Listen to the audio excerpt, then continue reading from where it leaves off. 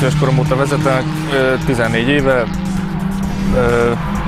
Hála Istennek eddig nem volt semmi probléma, nem volt komolyabb balesetem, semmi, úgyhogy eddig szerencsésnek mondhatom magam ilyen szempontból. Az elején a kezdetekben mindenképpen voltak olyan szituációk, amikor nem voltam teljesen ura a helyzetnek, de kis szerencsével azért megúsztam a dolgot, de igazán veszélyes helyzetben még azért nem voltam, mert azért óvatos vezetőnek tartom magam. Szeretem a sebességet, de az csak autópályán, tehát így a városban, meg ilyen kisebb utakon nem feltétlenül vezetek gyorsan.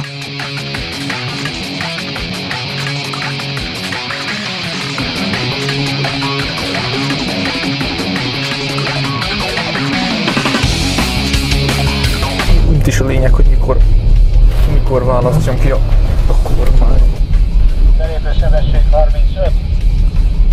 Belépősebesség 35. Mondjuk szerintem utána még gyorsultam. Kicsit hamar kezdtem el fékezni. Ki kell tapasztalni, hogy mennyire csúszik ugye a talaj, az aszfalt.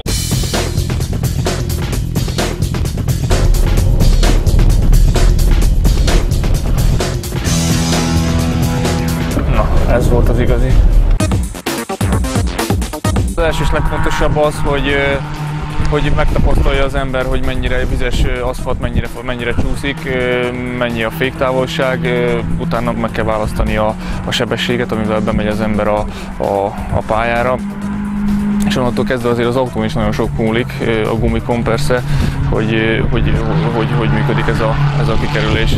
Rutinos vezetőnek tartom magam, úgyhogy ezek már nem jelentenek problémát.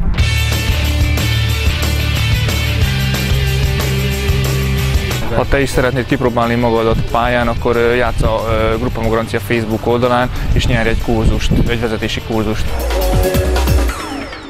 Csatlakozz hozzánk a Facebookon, próbáld ki játékunkat és nyerj értékes vezetéstechnikai kurzust a Hungaroringen található Gruppama Garancia vezetéstechnikai centrumába, hogy biztonságosabban közlekedhess az utakon.